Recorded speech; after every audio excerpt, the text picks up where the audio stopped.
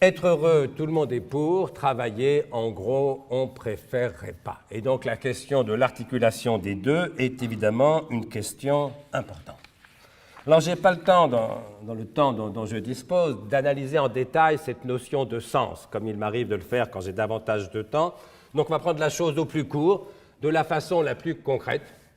On va se demander qu'est-ce qui fait courir les salariés des hôpitaux universitaires de Genève. Autrement dit, qu'est-ce qui vous fait courir? Après quoi courez-vous? Alors d'abord, est-ce que vous courez après le travail? Ça, c'est ce que voudrait le directeur, mais à nouveau, la réponse est non. Je l'ai déjà dit, travailler, on ne préférerait pas, c'est vrai comme de n'importe qui. Et d'ailleurs, vous avez bien raison, ils ont bien raison. Parce que le travail, par définition, ce n'est pas une fin en soi, ce n'est pas un but en soi. Le travail, ce n'est qu'un moyen. Et le propre de tout moyen, c'est de servir à autre chose qu'à lui-même. Donc, vous ne courez pas après le travail. Alors, est-ce que vous courez après la morale, la vertu, cette fameuse valeur travail dont on nous rebat les oreilles, en tout cas en France, depuis déjà plusieurs années? La réponse, à nouveau, est non. Et à nouveau, vous avez bien raison, parce que le travail n'est pas une valeur morale. Cette fameuse valeur travail, on peut parler de valeur travail, oui, c'est une valeur marchande. C'est pour ça qu'on vous paye pour travailler. On ne vous paye pas pour être juste, aimant, généreux. Une valeur morale, par définition, ça n'est pas à vendre, ça n'a pas de prix. Dès lors que tout travail mérite salaire ou rémunération, ça confirme que le travail n'est pas une valeur morale. Que je sache, il n'est pas écrit dans les évangiles « Travaillez les uns les autres comme votre Père du ciel travaille ». Il est écrit « Aimez-vous les uns les autres comme votre Père du ciel vous aime ». C'est sensiblement différent. L'amour est évidemment une valeur morale, le travail, évidemment, n'en est pas une. Alors quand je dis ça aux chefs d'entreprise, il y en a souvent un qui me dit « Il est écrit dans la Bible, tu gagneras ton pain à la sueur de ton front. » Si ce n'est pas le travail, qu'est-ce que c'est? Je leur réponds « Oui, c'est le travail. C'est un châtiment. C'est le châtiment après le péché originel. Reconnaissez qu'il y aurait quelques paradoxes étranges à ériger un châtiment en valeur morale. Autant, monsieur le directeur, choisir le fouet ou le knout comme emblème managérial. Mais bon, laissons les Écritures. Le travail n'est pas une valeur morale. Ça veut dire que s'il y en a quelques-uns parmi vous qui ont le sentiment que leur valeur morale personnelle baisse spectaculairement dès qu'ils s'autorisent quelques semaines de vacances, vous me permettrez d'y voir moins de vertu que de possibles pathologies. Alors, qu'est-ce qui fait courir? Est-ce que vous courez après le travail? Non, vous avez raison, le travail, ce n'est qu'un moyen, ce n'est pas une fin. Est-ce que vous courez après la valeur morale du travail? Non, vous avez raison, le travail est une valeur marchande, ce n'est pas une valeur morale. Alors, est-ce que vous courez après l'argent? Ah bah oui, bien sûr, pour une part. Ah oui, c'est pour ça qu'ils travaillent quand même. Hein. Ce n'est pas par amour du directeur, ni seulement par amour des patients. Non, non, évidemment, vous courez tous après l'argent. C'est pour ça que vous travaillez, au moins pour une part, c'est ce qu'on appelle en gros le salariat, pour ce qui concerne vos différents statuts.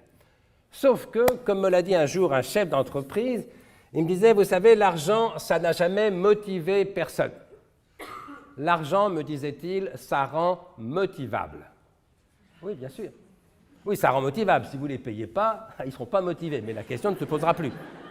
Mais l'argent, m'expliquait-il, ça n'a jamais motivé personne. En tout cas, le salaire, le fixe. Hein, s'il y a des primes, des parts variables, ça peut être éventuellement différent. Mais pour ce qui est du fixe, du salaire, le salaire, ça n'a jamais motivé personne.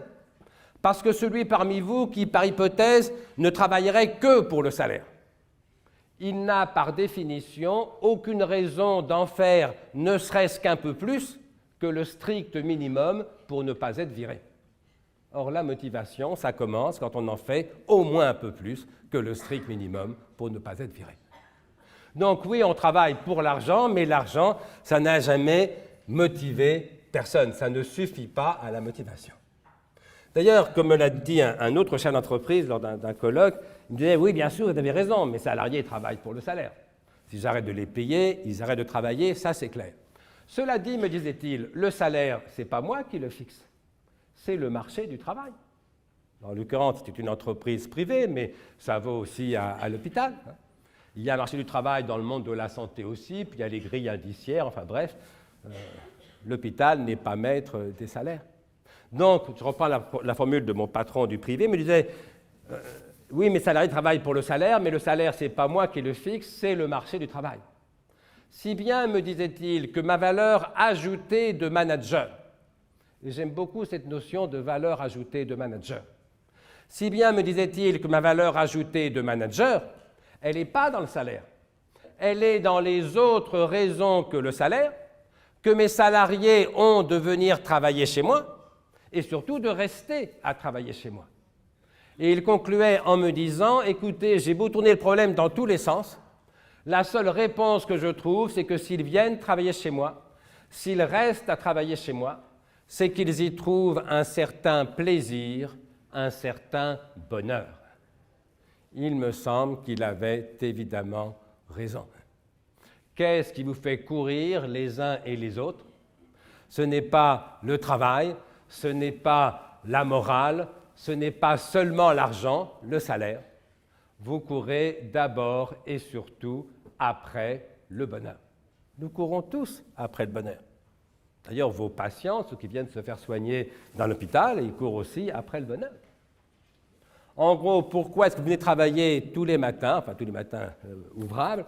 Parce que vous pensez que vous serez plus heureux en travaillant aux hôpitaux universitaires de Genève qu'en travaillant ailleurs ou qu'en n'y travaillant pas. De même que vos patients viennent se faire soigner parce qu'ils se pensent, légitimement j'imagine, qu'ils seront plus heureux en se faisant soigner chez vous qu'en se faisant soigner ailleurs ou en ne se faisant pas soigner du tout. Nous courons tous après le bonheur. Après, mais au fond, qu'est-ce que vous en savez? Les salariés des hôpitaux universitaires, vous ne les connaissez pas. Je vous répondrai que j'en sais que ce sont des êtres humains. Et que je crois avec Blaise Pascal que tout homme, toute femme veut être heureux. C'est une formule fameuse de Pascal, dans les pensées de Pascal. Pascal écrit « Tous les hommes recherchent d'être heureux. Cela est sans exception. La volonté ne fait jamais la moindre démarche que vers cet objet, le bonheur. C'est le motif de toutes les actions de tous les hommes, jusqu'à ceux qui vont se pendre. » Fin de citation. Oui, la touche finale, jusqu'à ceux qui vont se pendre, dans sa noirceur, dans sa beauté, dans sa profondeur, est très pascalienne, mais très vraie au fond. Parce que finalement, celui qui va se pendre, celui qui se suicide, c'est arrivé récemment un médecin cancérologue, dans des grands hôpitaux parisiens, victime, semble-t-il, de harcèlement. Enfin bon, j'en suis pas juge, l'enquête est ouverte. Mais celui qui se suicide, pourquoi se tue-t-il? Il se tue bien sûr pour ne plus souffrir. Or, ne plus souffrir quand on souffre atrocement, c'est encore se rapprocher du dernier bonheur purement négatif qui paraît alors possible, la cessation de la souffrance. Eh bien, si tout homme veut être heureux, y compris celui qui va se pendre, comme dit Pascal, permettez-moi de penser que tout homme, toute femme veut être heureux, y compris celui ou celle qui vient travailler aux hôpitaux universitaires de Genève 4 ou 5 jours par semaine.